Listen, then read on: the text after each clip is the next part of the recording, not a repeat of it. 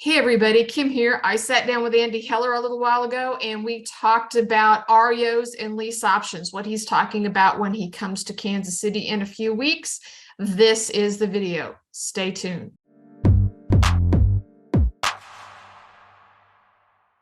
Before we get started, everybody, I'm going to ask you to like and subscribe to us here on YouTube. That way, when we have new videos, new meetings, new virtual lives, whatever the video is, you will get notification of the new video. So make sure and like and subscribe. I want to welcome everybody to our virtual live event here at MAREI. Joining me today is Andy Heller, and I don't know if you all remember way back in 2008. 4 days after the stock market crashed big time, we did a big 2-day event at a hotel with a bunch of speakers, and Andy was there. And his topic was extremely timely on that day because he was talking about how to buy REOs, bank-owned properties, and how to sell them on lease options. And I think everybody that was in that room that day that learned from Andy used those techniques quite a few years, until all of a sudden we were offering $40,000 over list price for anything and everything during COVID. And then interest rates started going up and things are changing again. So I want to welcome you back, Andy. I know you've been investing since you were a small child, according to your bio. But tell me a little bit more about you, where you're from, what you do in real estate, and what you do maybe a little bit besides real estate. Because I know if you Google Andy Heller, you find some other book on a completely different topic. Yes, Kim. So my wife says I have business ADD. So everybody, first of all, it's a pleasure to meet you all. I began investing as a side gig in 1990. So I've been investing for 33 years. I've always had a good career in international shipping. But some years I made more money with my side gig than I did with my day job. So I've run my own international shipping company. I sold that company. And I wrote a couple of books on real estate investing. And my start as an educator is about so different than what some of these other speakers that Kim has brought in. My real estate partner and I, we felt we developed a really good model, which we'll talk about today. We wrote a book on a whim.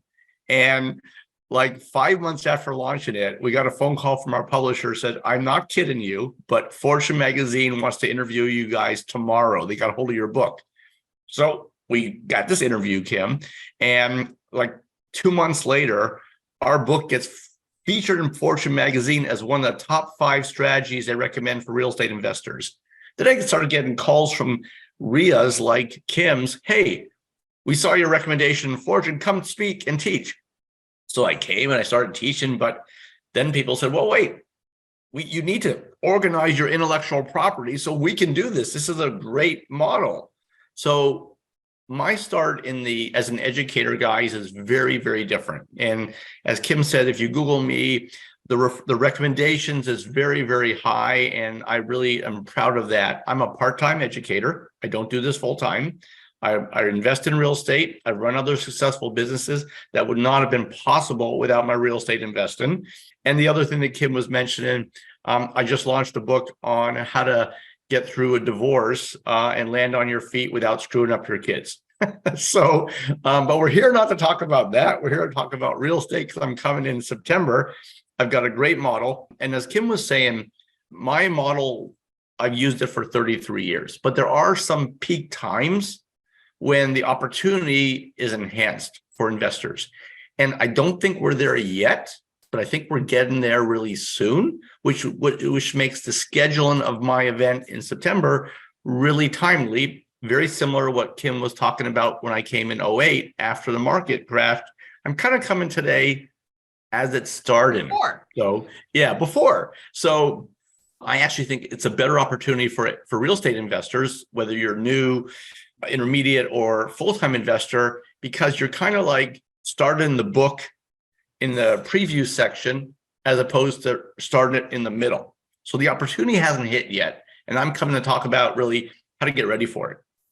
And he doesn't know this, but I just came from the National REIA Convention where several of the REIA groups where he has spoken in the past year, the leaders were there, and they had great feedback on Andy from all of their students. They said the workshop and everything that Andy came and spoke at the meeting, came and did a workshop on Saturday. Everybody loved it. So You got good stars from everybody. Full name of the book is actually Buy Low, Rent Smart, Sell High. Sometimes you can't always flip a home, even if that's your preference. You've got to have a rental strategy in your back pocket, even if that is not what you ideally want to do. So one of the things I think is very important as an investor, you got to have escape clauses. I don't believe in being a buy and flipper because sometimes you can't flip. I don't believe in being a pure buy and holder because you got to be able to create some cash. You don't want to wait for 30 years to enjoy your life. So Buy Low, Rent Smart, Sell High is not just the title of our book, but I think it's a great way to structure your investing because you don't always know what the outcome will be after you buy a property. You've got to be able to rent and you've got to be able to flip. Okay. I saw a person on Facebook just last night, and he was sharing his story. He had bought a house to rehab and flip last year, but his flip took a little longer. And when he listed, it was right when the interest rates went up really, really high. Yep. And he couldn't even get anybody to look at the house. So he rented it. He just did a rental, not a lease option, but he rented it for a year. And then fast forward this year, after the tenants moved out, he touched up and relisted it and sold it like it should have sold a year ago. So having that second exit strategy allowed him to profit on the deal and not have a hard money lender come and foreclose on him because he didn't sell them and pay him off. Yeah, and that to be, in my opinion, one of the reasons why I think we were profiled by Fortune magazine is they saw our model and they said this is very conservative.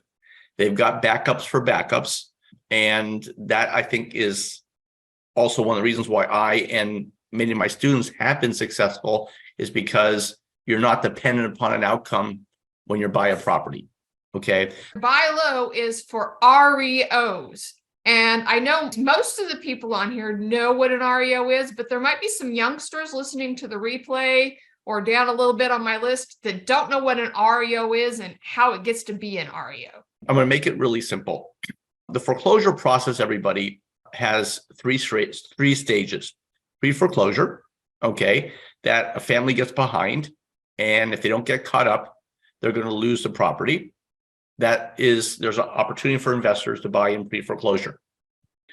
And then the second opportunity to buy a foreclosure is on the courthouse steps. I'm going to talk a little bit about that when I come to Kansas City. That's a very difficult way for investors to buy. You need to have a lot of cash or access to cash.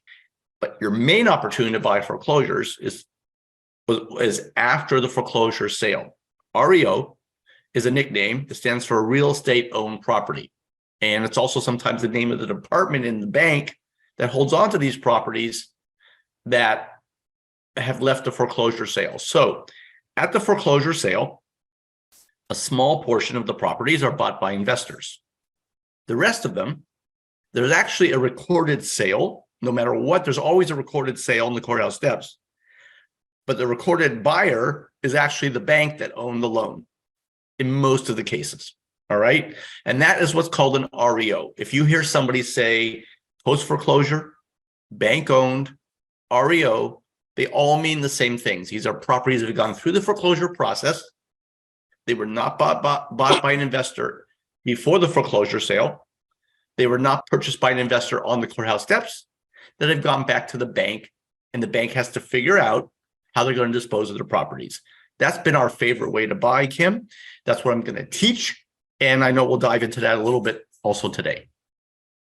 Okay, so when you called me and say, I want to come in and talk about buying REOs, I'm like, Andy, you can't go buy REOs. There's none on the MLS. They just don't do that anymore. And you said, wait a minute. We're not talking about MLS REOs. So why now? Why REOs? And where are you finding them rather than the MLS? So I'm going to make this very simple, everybody. When a property is in pre-foreclosure, so we haven't had the foreclosure sale yet, it's actually required in all 50 states that the property be announced or publicized, become a matter of public record. All right. So this is publicized. What we do is we subscribe to these lists. All right. And we kind of get a jump start, Kim. And we identify about 20 or 25 properties before the foreclosure sale that we will identify as unlikely to be bought by an investor on the courthouse steps. And I'll get into why. And it will probably go back to the bank. And these 2025 fit our model that we're trying to buy. So now, after the foreclosure sale, before a property pops up on MLS, everybody, in most states, you're talking 3 to 5 months. Okay? 3 to 5 months. Bank gets it back, they get it assessed, they do some rehab, they pick an agent. That process takes 3 to 5 months. Okay? As you get further along those 3 to 5 months, it becomes more and more difficult to contact the bank. So what we do, our biggest trick or tip, Kim, is we identify these properties before they become foreclosed on. So that right after the foreclosure sale, like the week after, we give our students scripts of how to call the banks and what to say to these banks. So you're actually contacting the bank before they begin their marketing process on the property. So our success formula is really about two things. Time in, calling the bank before they begin the process of marketing the properties. Number two, making sure you say the right thing when you speak to that individual. And for that, we give our students a script of what to say. All right. Now, this works great for smaller banks. Local banks, regional banks, credit unions would fall in the bucket of smaller banks. Now, when it's larger banks, you're not going to be able to pick up the phone and contact Bank of America, contact Wells Fargo. All right. But these larger banks are very structured, and they have identified in every metropolitan area in the country agents that are going to get their listings. We call them REO agents. So in other words, let's say Bank of America gets a foreclosure in greater Kansas City. Well, you're going to know it's one of two agents. So if you see a foreclosure on one of those 2025 properties, it's in the foreclosing lender's Bank of America, you know you need to contact one of those two agents. But the same concept applies. If you contact the agent in the first week or two, they haven't begun the marketing process. And you'll have an opportunity, Kim, for a quick sale. So that's one of the keys to our success. And right now, we're in a very, very unique dynamic in real estate that's just not going to last. All right. Real estate is kind of fallen, but there's not a lot of inventory. Why is there not a lot of inventory? Is because a lot of the people right now who are in their homes on mortgages at very low interest rates. So if they want to move, they can't do that and get a loan 3 or 4 points within the current interest rate. So this is a very unique dynamic right now that's not going to last. So I wouldn't worry that there's not a lot of foreclosures right now, because there are signs, and I'll get into this later on in our discussion today, that this dynamic is about to change, that you're going to see REOs begin to increase, and you're going to see it fairly soon. Angel's asking, how do we find out who those agents are? How to find them, I will talk about in the workshop. All right. It's a bit deeper to get into right now. I will say right now it's not difficult. But the second thing you said was the golden nugget. Banks arguably are the most structured businesses in our country. All right. They do the same thing over and over and over again. So once you've found out that Bank of America uses Kim Tucker, the super real estate agent, just call Kim Tucker for the next 10 years. And I'm going to actually answer your question with a great story that I hope will get you guys excited to sign up for the workshop in September. My real estate partner and I had lunch years ago with one of these REO agents. And we said during lunch, we were in our first 3 or 4 years of investing. We said, who else in Atlanta handles bank-owned property like you? And she rattles off the name of 7 or 8 other agents. Now, this time I had a full-time job. So Scott and I, my real estate partner, we go back to our offices. All right. Scott's a lot smarter than me. So I called him up. I said, hey, Scott, did what I think happened at lunch really happen? And he said, yes, Andy, she just gave us enough names to keep us busy for the next 20 years. So the point there, everybody, is these REO agents are a good old boy and good old girl network unlike anything you've ever seen before. So once you find your first one or two, they all know each other. You take them out to lunch, and again, we'll give you scripts of what to say. So they take you seriously, even if you are new at this, all right? But once you get your toe in the door, your body's going to follow. That's what makes this so easy. And the reason why we prefer to buy bank-owned property, and this is a really powerful point. I'll spend a lot of time on this on Saturday in the workshop in Kansas City. Think about this very carefully. Every other way that I'm aware of, that you're aware of, to buy investment real estate, your likelihood of buying a second property from that same seller is approximately zero. The only difference is bank-owned property. It's a relationship-oriented purchase. And once you have 2 or 3 of these relationships, you don't need 30. You're set for 20 years. And that's what makes this so exciting. One last thing I'll give you, Kim, then we'll take the next question. I would estimate that in my real estate investing career, 75% of the purchases I've made have been from sellers who previously sold me a property. I want you to think about that statistic for a second on how sexy that is. 75% of the sellers have previously sold me a property. So I'm not reintroducing myself. They already know me. They're already taking me seriously. It makes it so much easier for you, for an investor, if you're continually buying from sellers who already know you. Does that make sense, guys? And I will reiterate that because I used to be that REO agent. And I will add one more little tidbit. Don't piss them off. Don't be mean to them. Don't be rude to them, because if they don't like doing business with you and they don't like dealing with you, your offer will never, ever get accepted. Even if it's the highest and best, they will convince the bank to take somebody else's offer because they don't like you. If I could speak to that for a second, when I do these workshops, one of the things I really love is watching the reaction of those in attendance. And one of my most powerful points I teach, and the reaction of people is like, oh my God, you are so structured about how you want us to approach people, how you want to present the offers. And there is a very unique manner in which we present our offers. And I'm super old school, Kim, I'm going to date myself. Haven't changed much in 33 years.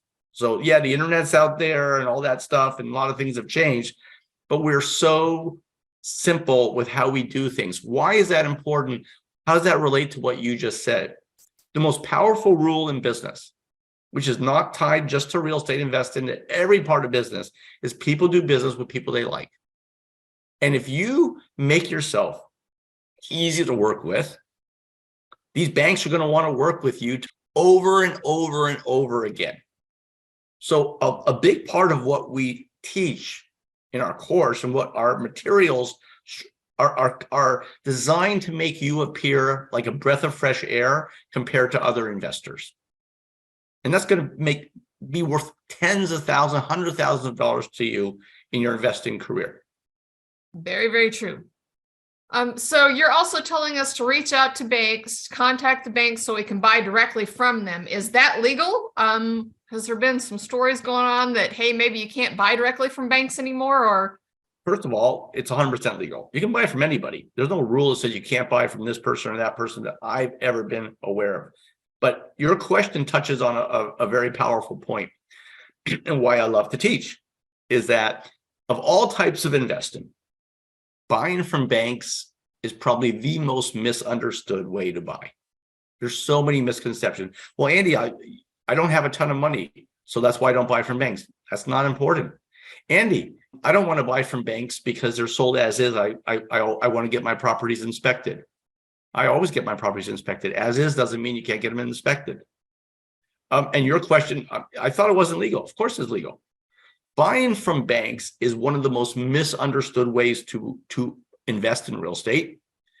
And that's why I'm coming to Kansas City to address those misunderstandings. But those misunderstandings are an opportunity because you're not going to have a ton of competition. All right. You go out and you try to buy short sales or buy on the courthouse steps, you're going to have tons of competition, but not on buying in that 3 to 5 months window, because not a lot of people understand it. And that's what I'm going to teach. I would think also this would be a good way to also perhaps get to the bank way before foreclosure and possibly buy the note for our note investors that might be attending as well. Yeah. So that's a great comment, Kim.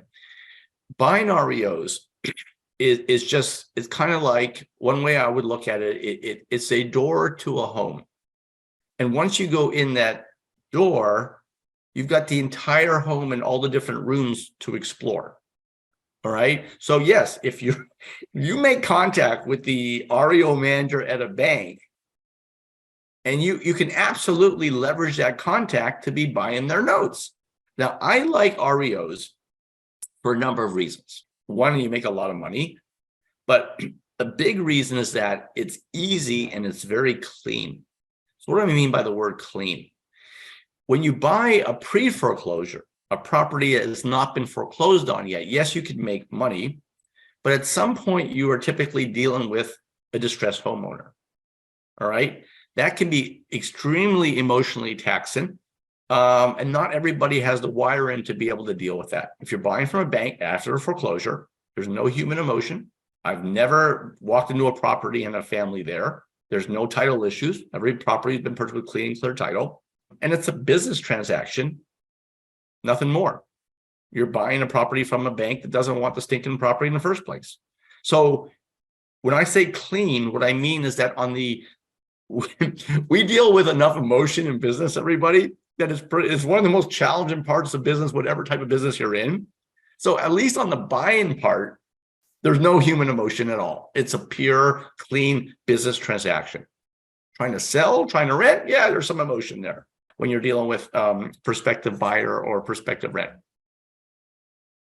So we're going to go to the banks, and I've had people say, hey, I'm calling all the banks in town trying to buy their bank-owned properties, but nobody knows what I'm talking about. So who do we want to contact at the bank? How do we find the right person to actually know what we're talking about? Okay, I'm going to answer your question. I'm also going to make everybody feel better. We give you scripts of what to say when you call the banks. The conversation will go one of 3 ways. We give you 3 scripts. So you'll be prepared for whichever way the conversation goes when you make that contact. But I'm going to answer your question now. So what we teach is keep your approach to the bank very general. What I mean by that is don't call and say, I'm looking for the REO agent, because you might be calling a small bank where there is, REO manager. There may not be an REO manager. It may be the president, maybe the VP of loans. So when you may be speaking to somebody who answers the phone who doesn't really understand what an REO is. So what you will say when you make your phone call is, I am an investor. I'm tracing a property, a specific property. Don't say anything in general, because are you doing that? Because you've identified that property already off that list I talked about, Kim. Who at this bank is in charge of foreclosures? Keep it really simple. And sometimes it might take 2 or 3 phone calls before you reach somebody who knows what they're talking about. And that's okay. That's okay. A teller, he or she is not going to understand what that is. And if a teller picks up the phone, it's okay. At some point, you'll get an executive, and he or she will understand and get you to the right person. But that person may not have a title of REO manager, even though that's what we use, because a smaller lender may not have enough foreclosures where they have an REO manager. And that's good too, because that means that you can present yourself as the buy-in the buyer that bank will always depend on, because they only have 6 or 7 a year. We have a question here that the lender is different than the servicer, but I'm going to bet that a lot of these small local banks service their own loans, but I don't know. I've yet to find a smaller lender that doesn't self-service. And The bigger banks, that's more common, but it's what I'm going to say there is, and I appreciate that question. These lists that we will look at for our leads are a wealth of information, Kim. They've got the foreclosing lender on there. They've got the type of loan. They got the amount of the loan. They got the property address. So from that information, you're not going to be making these blind approaches. All right. You'll be pretty darn informed about who you're asking for and even the numbers behind the property. Why would the bank want to sell me the house as an investor rather than taking the time to get it all fixed up and list it with an agent? Sometimes they won't. If I don't think it's fair for me to say my system will work every time. It doesn't work every time. No investment model does. All right. Your goal, everybody, is to approach the bank before they begin their marketing process, so they view you as an alternative. And it's going to come down very simply like this. Keith just presented me an offer, week 1. I haven't exerted any time, any effort. I haven't lifted my finger. I haven't hired a real estate agent. I have an option to sell it to him, maybe 15% less, but no real estate agent commission. Or fix it up, put all this time and energy into this, and 3 or 5 months later, it's being marketed in an unknown real estate market, and I got to pay a real estate commission. Which one do I pick? And being completely forthright, Kim, it won't work every time, but it works a lot. So your goal is very simple, is to have the bank, have the REO agent view you as an alternative. Now, the beauty about real estate, and you know this as a former agent, if it's a larger bank and you're working through an agent, by law, agents are required to present any offer to a seller. You present an offer for $1, as ridiculous as it is, they have to present that. So you make an early quick sale offer, it will get presented, and you attach a cover letter, which we will give you. That's why I say making it simple, that says, please consider my offer as an alternative to waiting 3 or 5 months, fixing up the property, blah, blah, blah, blah, blah. And it works a lot. And again, once you're in the door and you've done that first transaction with a bank or REO agent, they will now take you seriously going forward, and you got an enhanced opportunity on all the additional properties that bank or REO agent get. It's very true. And if the house stinks to high heaven and you can talk that bank vice president into meeting you there, like I did. My friend was the vice president of Bank of Blue Valley, a local small bank. And she said, come look at my REO house. I'll meet you there. And she wouldn't even walk in the house. She's like, okay, give me your offer. Let's see if we can sell it to you, because we don't want to deal with this house. Well, the banks, like you've kind of covered the next question, will they take a discount or do they want top dollar? Well, they'll take a discount most times. But again, I think any educator who comes to town and says, my system is going to work every time, they're not telling you the truth. It will not work every time. You don't need it to work every time. Okay. Most of you can't afford it working every time, but it works a lot.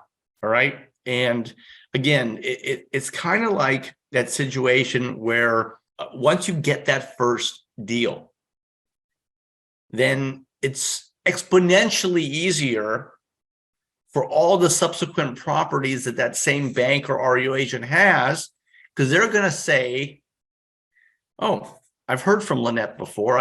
She's already bought two properties from me. I know she's serious. I know she closes. Oh yeah, that guy Paul, he's making another offer. If you're working through an REO agent, the REO agent will tell the bank, this guy he's serious. He closes. He's already bought a property from me for another bank. So again, this is a relationship-oriented purchase, ladies and gentlemen. And once you have that first deal done, you've begun that relationship, and you can buy a second, fourth, fifth, 20th property from that same seller over the years. What about our wholesalers? Can they go out and get properties from the bank to wholesale? Oh, yes. Now, I love this one. In any room that I teach, roughly 30 to 33% of the room is typically active wholesalers or would-be wholesalers. And most of them are starting as wholesalers because it's a great way to invest if you're beginning without a lot of capital.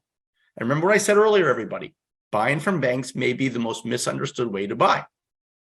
So here is something that doesn't make sense right now. Most wholesalers do not buy from banks because they believe that the banks often sell properties and they say you're not allowed to assign the contract. What does a wholesaler do, Kim? A wholesaler is assigning. So for that reason, most wholesalers don't focus on buying, most new wholesalers don't focus on buying properties from banks. Now, the part that doesn't make sense is you talk to a successful wholesaler, someone who's already doing 10, 15, 20 deals a month. He or she will tell you they're buying most of their properties from banks. So wait a second. Both of these can't be true. They're not. Wholesalers not only can buy from banks, you have to buy from banks because your business model is based on volume of transactions. You have to be buying from sources who can sell you 6, 7, 8, 9, 10 properties. And the only one are banks and REO agents. So the answer is that how do you get around that assignment clause if you're starting off? I will not give you the answer now. It will be coming to a theater near you in September when I come to Kansas City, because I'll need a bit more time on that one. But the good news, wholesalers, is absolutely you can buy from banks. You have to learn how to buy from banks. It's essential to you being successful as a wholesaler. And the assignment clause is a joke, and I'll tell you how to get around it. All right, so there's a way around it. Why do you think that REOs are going to become more of a big thing in the next few years? What's coming down the pike that we're going to see more REOs to buy? When it comes to REOs, everybody, REOs don't just happen. So let's go back to the Great Recession. In August of 2008, the bubble burst on the economy, global economy.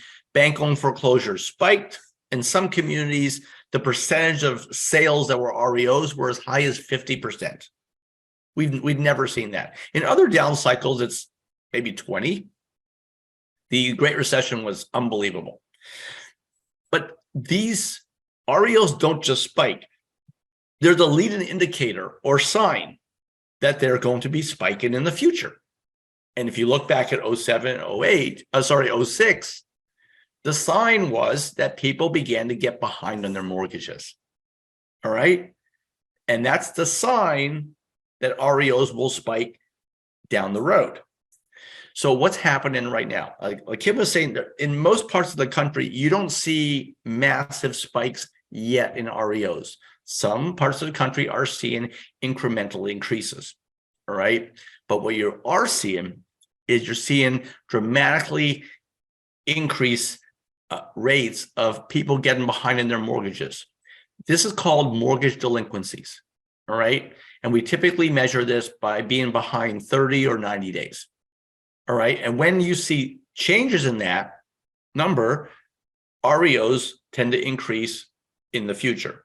So in the last 12 months, the percentage of homeowners who are behind in their mortgages has increased by 16%. FHA loans has increased 44%, Kim. Now, the economists will look at that and be quite scared because that is a sign that many of these families will be losing their homes in the future. Okay, it's inevitable. The only thing we can't answer right now is what percentage of them will be, but a lot of them will. Okay, the real estate investor looks at that and starts licking their chops because that means there are going to be deals out there in the future. My workshop in September, why Kim booked me, is like, we were talking earlier and she said, Andy, I'm not seeing a lot of REOs right now, but I'm hearing that you've been speaking again at some of the other REIAs. So where's this opportunity? What we do know is the real estate market is clearly softening, and the underlying problem behind this is measured by these mortgage delinquencies. Okay. So we're going to see a sale. So I'm coming in advance of the sale to talk about what we need to do to position ourselves to take advantage of that. Excellent. I can speak prior to 2008. And I mean, 2008, 9, 10, we had a huge number, ungodly number of REOs. But prior to that, in 2006, 2007, the market was humming right along. It was really hot. We had over list price offers on houses every day. And I bought every one of my deals back then as an REO. And but I had an in, I was the REO agent. So I had the secret sauce because I knew who all the banks were. But what about other properties? Can you buy other REOs from the bank besides single family houses? Yeah. But I want to speak to what you just said and answer your question. We are buying REOs consistently, everybody. When the market is like overheated, we might buy a smaller number per year. But when you have that peak buying opportunity, like after the resets, like 09, 2010, 2011, 2012, those are years you want to be in a position to buy 20 or 30 a year. Okay, because those are generational opportunities. But once you're in with these banks, yes, you can buy consistently when others are not seeing the deals out there. Coming back to your question, Kim, if you are on this call or listen to a replay and you're interested in buying apartment buildings, you're interested in buying commercial property, you're interested in buying vacation land, you may be wondering, well, how is the REO process different? The answer is it's not. The REO process is identical no matter what type of real estate you're looking to buy. So once you learn the process, it doesn't matter if your focus is not single family homes. I bought a commercial property and I've done a lease option on it also. But most of what I do is residential real estate. I like that personally just because, particularly in the soft economy, people cannot eliminate the need for a primary residence. So I think it's very safe, very conservative. That's one of the reasons I like it. But I do have students, Kim, who use my system, but for different types of real estate. Person that was on our last virtual live, they're apartment investors, and I'd had coffee with them a couple months ago, and they said their last offer on a property, it didn't go through to buy it, but the reason why the owner was so keen on selling at a low price that worked for them was they had a deadline on their note on their apartment building, and the bank was either going to foreclose if they couldn't refinance it somewhere else or sell it.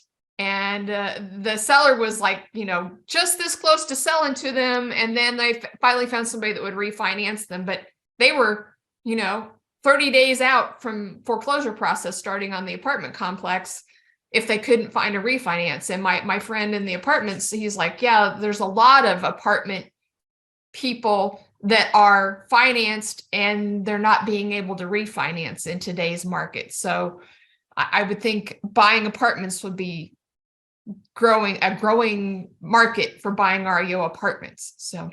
So we bought the property, we bought our single family house, our duplex, whatever we bought as an REO. What are we going to do with it in your model?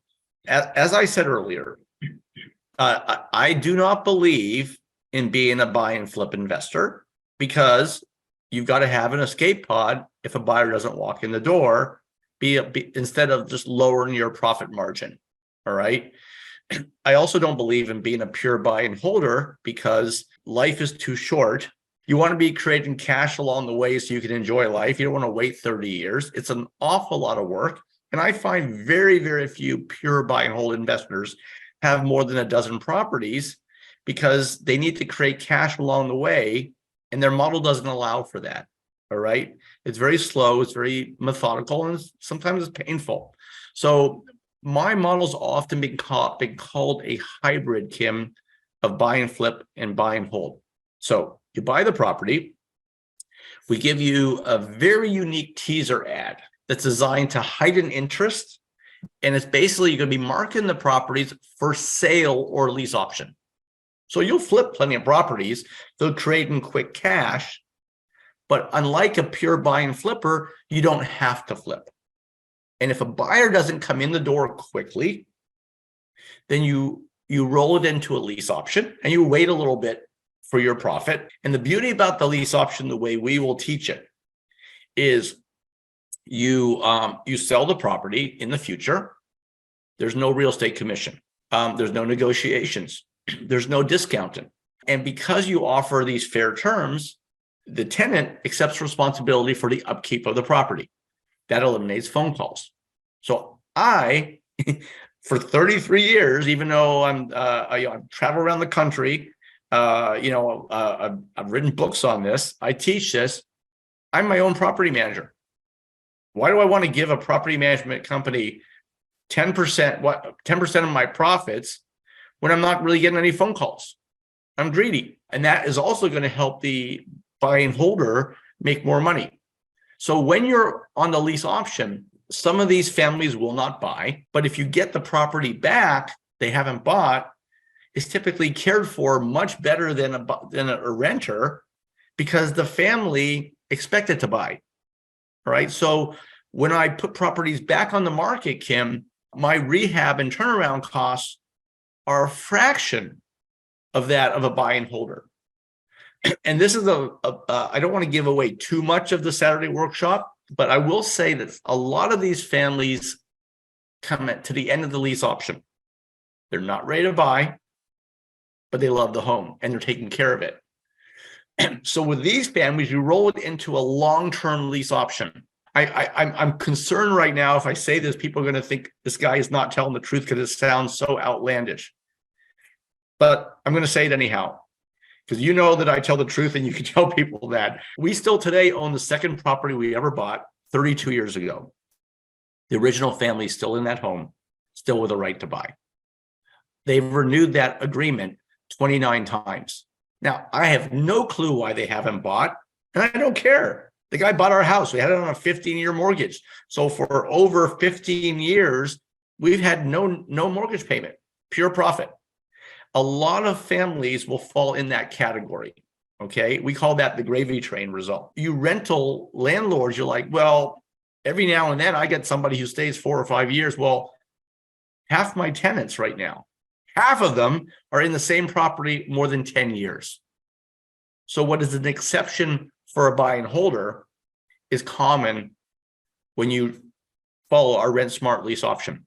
So the lease option, I'll say one more thing. Let's say the economy softens. You buy these homes at a discount.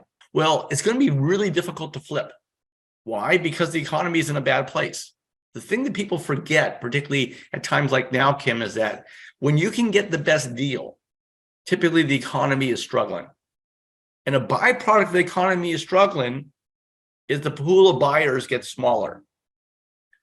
That is custom made for a lease option, because you're putting a good family in a home and they're buying it in the future as the home appreciates and the market recovers.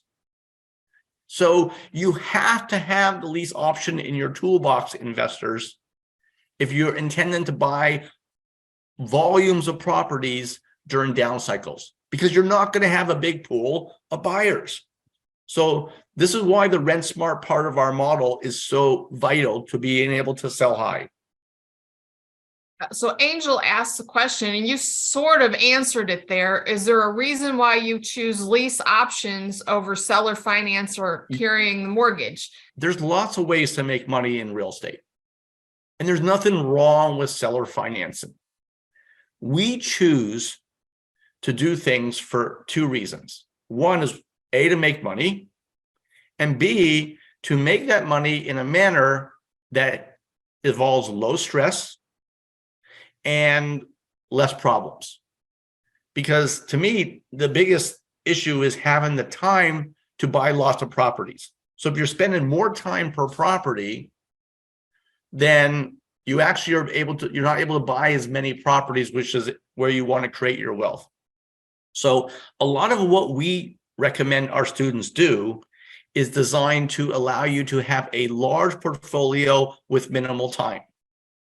But we do have students that vary from our precise model, and some of them actually do seller financing, and there's nothing wrong with that.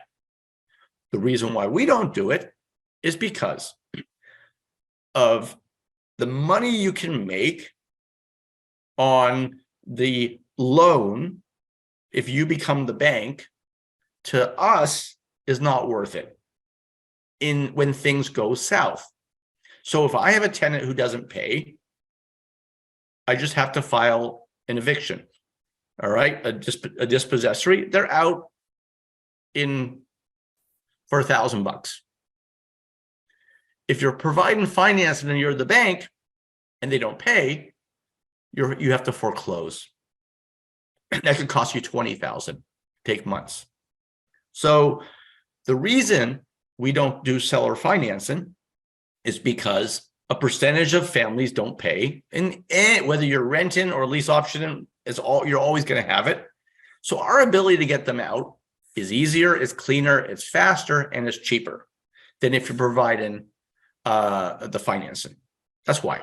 If you're doing a lease option in the state of Texas, I believe that's Texas, they have equitable interest, and I believe we have equitable interest of some sort in Missouri. So do you have to foreclose on a lease option when the state says they have equitable interest for their down payment money? Okay, so first of all, I'm not an attorney, all right, and the laws are different in all 50 states, and they're changing in all 50 states. Probably the laws that are the most difficult are in Texas. When I've taught in Texas, more investors have got my system on a percentage than any other state. Why is that? So unfortunately, we all live in a society where sometimes politicians, they file legislation that is popular and helps them get elected. All right. And sometimes this legislation is just to address a small subset of naughty people. Okay. So it's very popular to say, oh, there's these naughty investors that are out there taking advantage of homeowners under this lease option. So we're going to restrict what they can do. And that's the basis of some of this legislation, what you call equitable interest. And I have found some students, students are wrong word because my students don't do this. In our country, there are some people who are credit poor, but they're not cash poor. So there are some that use lease option as a means to keep their money. They have no intention of selling them the property. And that's what this legislation is designed to restrict. But that's not who we are. That's not who you will be if you become one of our students. So the first thing is, you're not in that same bucket that this legislation is designed to protect. Now, how do you get around these laws? All right. Well, the number one thing is just to be honest with your tenants. Okay. So for example, in Texas, the way the legislation is, so before I taught in Texas, Kim, I met with an attorney. I said, okay, this is what we do. This is what we teach. I met with a real estate attorney, who counseled investors on how to do a lease option legally in Texas.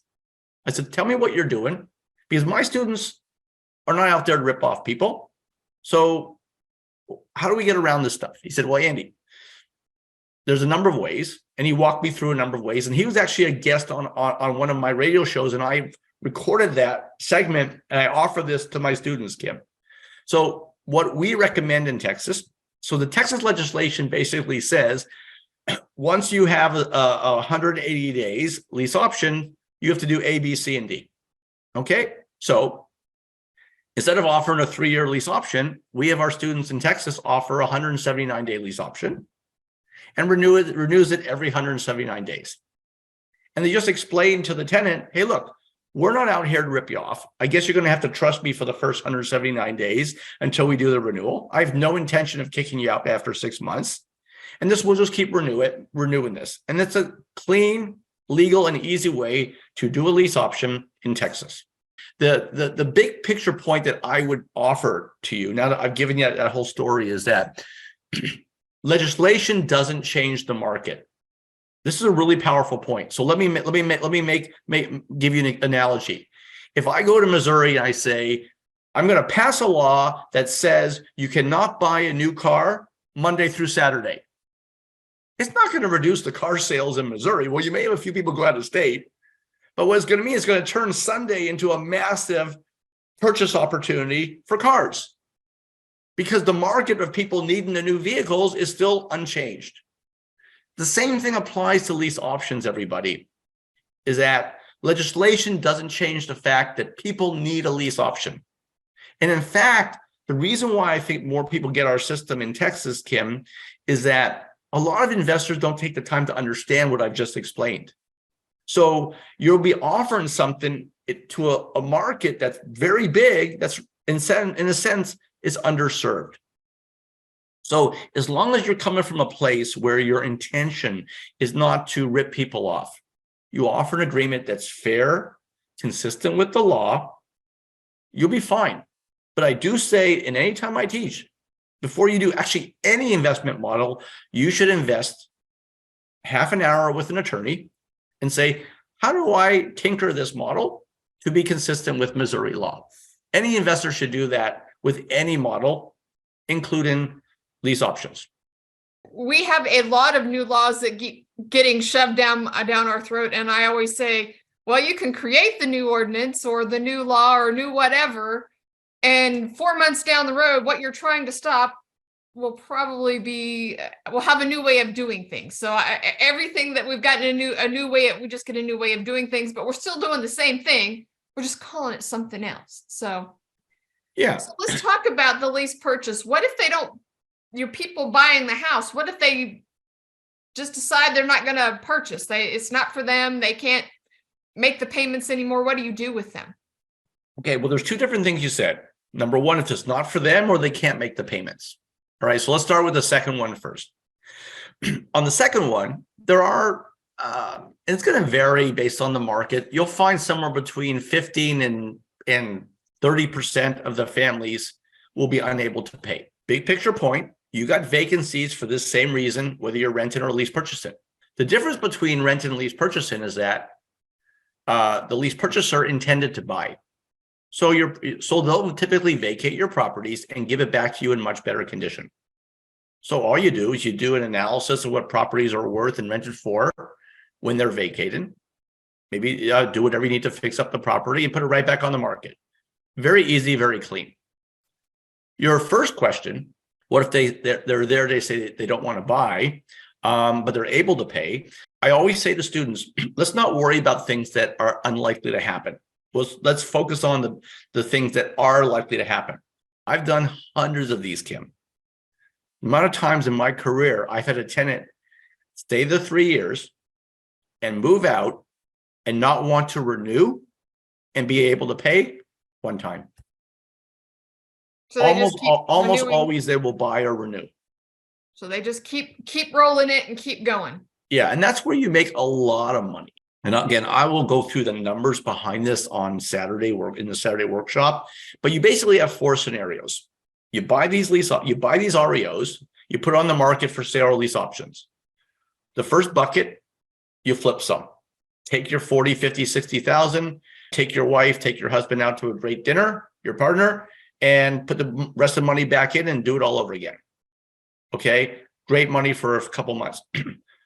Outcome number two is the original family will purchase within the 3-year period. Great, you make a bit more money. The third option, what we're talking about just now, is they will be unable to buy or they'll have to move the job transfer or whatever. Fantastic, you take the property back. It's typically in much better condition. You put it right back on the market, sometimes at a higher price, and you do it all over again. The fourth thing that can happen is the family stays there 3 years and they say, hey, Kim, look, I love the home. I'm current, I'm taking care of it, but we're not ready to buy. So in our course, you've got an agreement that takes the original contract and puts it into a series of automatic renewals. Okay. And like that example I gave you, we still have today our second home. And this is where you make a lot of money. And in these renewals, at that point, the price begins to go up. So we're talking price. So when you're setting sale price or the rental price, are you setting it at current market rate or are you setting it at a higher number? Let's talk about the purchase price. And one of the unique phenomenons of the lease option is these families don't negotiate. Never, ever, not once. All they care about are the terms of your lease option. Are you giving them a fair chance to buy? They never negotiate the price. It's never happened to me in 33 years. If you're giving good terms, they're more concerned about the terms than the purchase price because they see themselves buying in the future.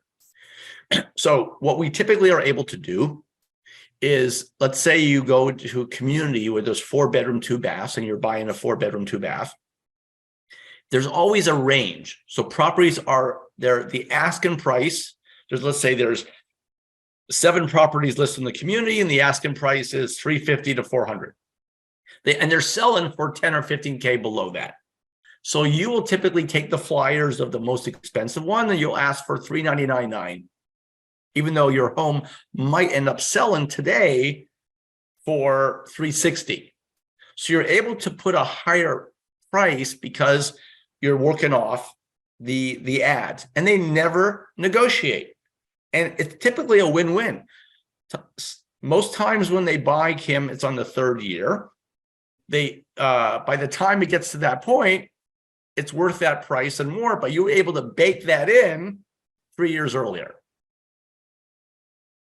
And then what about your lease payments? Are they typical market rent, or are a little higher? Same thing with the lease payment. Lease payments, there will be a range. So let's go back to that same 4-2 example. Homes might be renting for, let's say, $2,500 to $2,800. All right, that's the range. So you'll be at the high end of the range, but I do recommend staying in the range. So $2,795. So in short, you're typically able to get a premium, but keep it reasonable. Okay. Well, we're hitting right at an hour. So if we want to learn more, what are you going to talk about at the meeting in September? And then what are we going to cover at the workshop in September? Sure. So the meeting in September is just an overview of our model. 90 minutes, me talking, you listening. The workshop, basically you roll up your sleeves. If you liked my answers right now, everybody, if it sounds like I know what I'm talking about, I actually budget 2 hours for your questions. So we're going to go through step by step with our model. How to identify what's a good property, how to work those lists, what to say when you call the banks, how to work the numbers, okay, to make sure you're buying with an appropriate margin at the right price. Negotiations, okay, now that we got our property, how do we structure the right ad? Who's our right target market for a lease option? What do we say? What's the process to market, identify a good prospect and show the property? All right, now we got 4 applications. Holy smokes, which family do we pick? Now that we've got our lease purchaser, how do we make our money? Flipping, selling to lease optionee, long-term lease option renewals. What are the outcomes? The full day workshop, ladies and gentlemen, is parts where I spend 2 or 3 minutes on Tuesday night. I'm going to spend 20, 30 minutes on the full day. I'd love for you to come on Tuesday, but the day that you should circle on your calendar right now is a Saturday. And look, him and I have both been around for a long time. We've both been teaching. We've seen other real estate down cycles and opportunities. What I would say to all of you right now is this Saturday in September may be the most important day of your real estate investing career. My model is not good for where the market's going. It's perfect. It's perfect. And I'm the leading expert in the country on REOs. My system has been recommended by Fortune magazine, and I also teach lease option. So sometimes you have speakers that come with one topic. I'm teaching both. And arguably, if you're going to be an investor looking to buy 20 or 30 properties per year after the market resets in a down cycle, the 2 things you need to have in your toolbox, absolutely for sure. You need to know how the REO process works and buy REOs, and you need to be able to lease option because you're not going to have a lot of buyers. And so I'm the right guy at the right place at the right time. As Kim said, I've got a very good reputation in the space. I'm not a full-time educator. This is not my job. It's a supplement. I love to teach. I hope you can feel that in my energy. And I'm coming to you at the perfect time. Don't let this opportunity pass you by because the real estate market is resetting. And I'm coming to tell you what to do to prepare to take advantage of that. And so our dates, if you're writing this down, September 12th is Tuesday.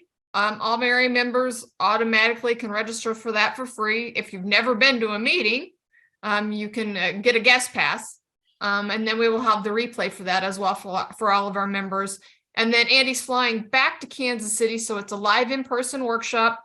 No Zoom. We do a lot of Zoom workshops on Saturday, but for September, Andy's coming back. We're going to have a live event. We will have lunch for everybody. And we're also giving away Andy's book that we talked about earlier. He's bringing a real physical copy, not a PDF, a real physical copy, and you can get it registered. And right now our early price, because I really want to get people signed up so I know how many to feed and how many books to have Andy bring. It's super duper early bird prices are $19 for MAREI members if you sign up before the early bird pricing ends, which I think is sometime in the middle of July. But do it today. You won't have to worry about it. We'll remind you, just put it on your calendar so you're not on vacation or out of the country. I believe Andy's leaving the country here in July. That's why we're doing this so early in June. He's taking some time off or just working in another country. I don't know. You can do that these days. Yes, we can. I say on stage when I come to the general meetings, whatever you got on the Saturday, daughter's getting married, christening, bar mitzvah, cancel it. This is more important, guys. It's a chance to set yourself up for life. And I love to teach. As I said earlier, I've got a very good reputation as an educator, and I'm personally excited for where we're going. And I'll say one last thing, Kim. You know, I don't have a lot of regrets in my life. I've been very successful. Real estate has really opened doors for me. I got one regret. I didn't recognize in 2008 the extent of the opportunity as it was happening. All right. And I am still young enough to ride up one more down cycle. So everything I'm talking to you about doing, I'm doing myself. I've got my crew together. I've got my contacts together. I got my financing lined up. I intend to buy a couple dozen properties per year, maybe more, after the market resets, and ride up one more down cycle, because I think it's going to be the last big opportunity of my generation, and we're not there yet. So this is really exciting, and I'm doing exactly what I'm going to be teaching you guys myself. I wish I would have recognized it, like you said, in 2008, because in 2008 and 2009, I mean, we did very well, but we weren't prepared. We didn't know what we were watching for. And the old guys that have been around before, they were saying, do this. And we're like, oh, brand new investors, why? We don't need to do that. We're just, getting prepared is very well worth it. And knowing what you're doing in advance rather than making it up as you go along is 9 times better than seat of your pants real estate investing, which is what I was doing back then. I'm going to say what you just said in different words. This time around, I'm the old guy, so I know it's coming. And the one thing I'll say, everybody, is, you know, and I was talking to Kim about this earlier today before our call. I've been doing this long enough that you can smell it. You can smell the down cycles. You can smell the opportunities coming. I've been through the savings and loan fiasco in the early 90s. That's when I started investing. Then the dot-com bubble burst in 99, and there was this opportunity there. The Great Recession, and I bought properties after the bubble burst in the Great Recession. I didn't buy enough. Why? Because I didn't prepare in 06 and 07 for the level of opportunity that we were heading into. I'm not going to make that mistake now. And I hope you guys don't either. I can't wait to see you September. I remember the last time I had a great time there. I think I had some barbecue that Kim told me to go to. So I look forward to seeing you all. Please come on the Saturday workshop. And as Kim said, you get a free book too. The book sells on Amazon for $19. Well, I'm going to go ahead and end this for the day because we're a little over time. But I thank you for joining us. Enjoy your trip out of the country, and we will look forward to seeing you in September. Take care, Kim. Bye, everybody. We'll see you soon.